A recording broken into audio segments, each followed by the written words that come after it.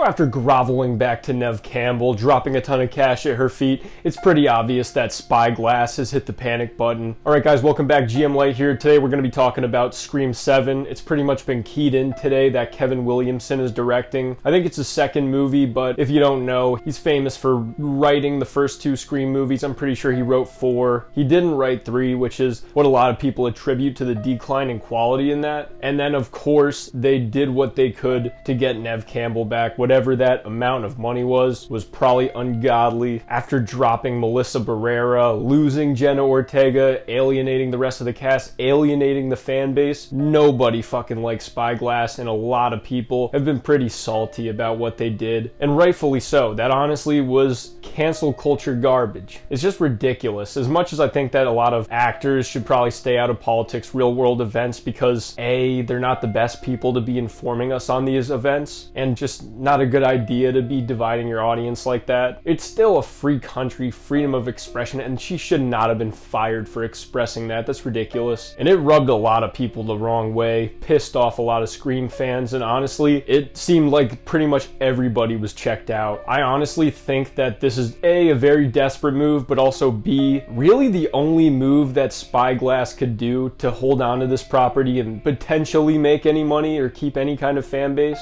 Basically, until they sell the rights, there's no way that Melissa Barrera or the Core 4 come back, so they just scrambled to fucking get whatever they could from that original back, go back to the drawing board, get back any original characters they can. I can imagine that they're probably begging Courtney Cox to come back. I wouldn't even be fucking surprised if they tried to revive Dewey somehow. At this point, this was really the only move that they could do to salvage any kind of semblance of this franchise, and it screams very desperate, but I also can't help but be excited still in this movie. I just wish that it didn't have this fog of just this controversy, this kind of garbage studio shit, real world problems that are pretty much clouding this movie, fucking it up, and really casting a cloud over my enjoyment of what sounds like it could be an awesome movie. Kevin Williamson is the perfect guy for the job. I don't think that there's anybody better than Wes Craven to take up this franchise, and making it surround Sydney completely again. Although I think that she easily could have just gone off into the sunset believably, and you know, a little part of me almost wants her to just go off and have a happy ending, because I don't want her killed off, really. She's been through enough, and it's nice sometimes to just see characters have a happy ending sometimes. But I also can't refute the idea that I'm excited to see her come back and star in another Scream movie. She's a great character, probably the best final girl ever in horror movie history, and I'd be lying if I said I wasn't excited to see that. But it's just these real world issues, the politics, all this garbage studio things, they get in the way of my enjoyment, and it's harder to get excited for something like this when all that stuff is in the way. I just wish that all this wasn't getting in the way of enjoying this movie, and I wish that they were able to continue what they did with Scream 6. But there's virtually no chance of that happening because Spyglass has made a lot of enemies. And what they did was just so disgusting that they really had no other choice. I don't think that if they tried to come back with another cast of new characters,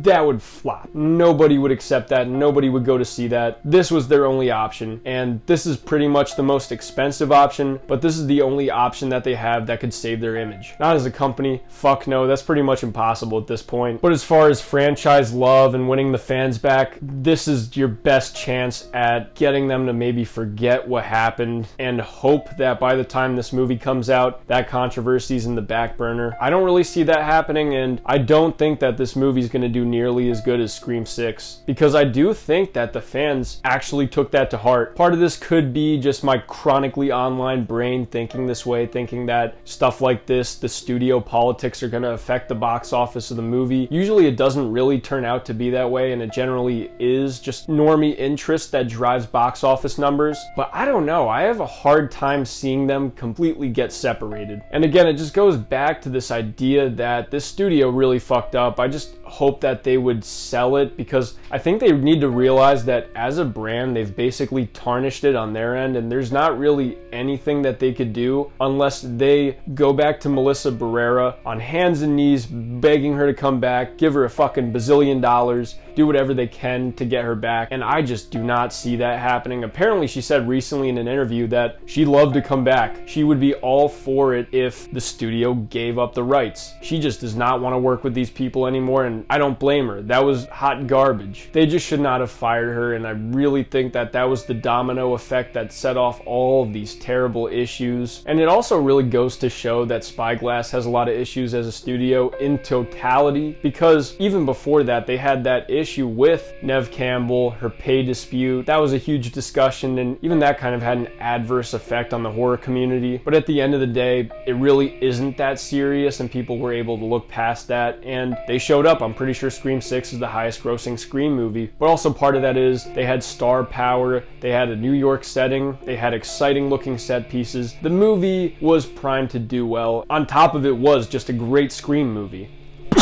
But looking at this, they have a lot of hurdles to overcome if they want to gain interest back. My best thought was they take a long fucking hiatus on this franchise. I didn't think that anybody would touch it with a 10-foot pole within years, to the point where even Christopher Landon, the director originally attached to direct Scream 7, dropped out because he couldn't handle the heat. All this backlash, this movie would have been a stain on his career, I think, if he would have stuck with it and tried to do what the original intent was. I feel like they probably were going to try and pivot to a new cast with Christopher Landon once all this stuff dropped, but they had to have seen the backlash. They had to have seen how bad it got, because I have a hard time seeing them ponying up the money and groveling back to Neve Campbell if they didn't really see how bad this was getting. Overall, can she save it? I'm not really sure. It's hard to tell. It's hard to see how much the online discourse has an effect on the movie, if it will at all, if she's even enough to really drive that interest back. It's kind of hard to miss her too, because it's not like she's been gone from this role for many years. We just saw her in Scream 5. She's only been gone for one movie. They're already trying to make another movie, and when it's only been a year. Scream movies do well. People love them, and maybe this is no different, but it's mired in a controversy that others haven't, so I guess we'll just have to see if that's going to change things. But let me know what you guys think in the comments section.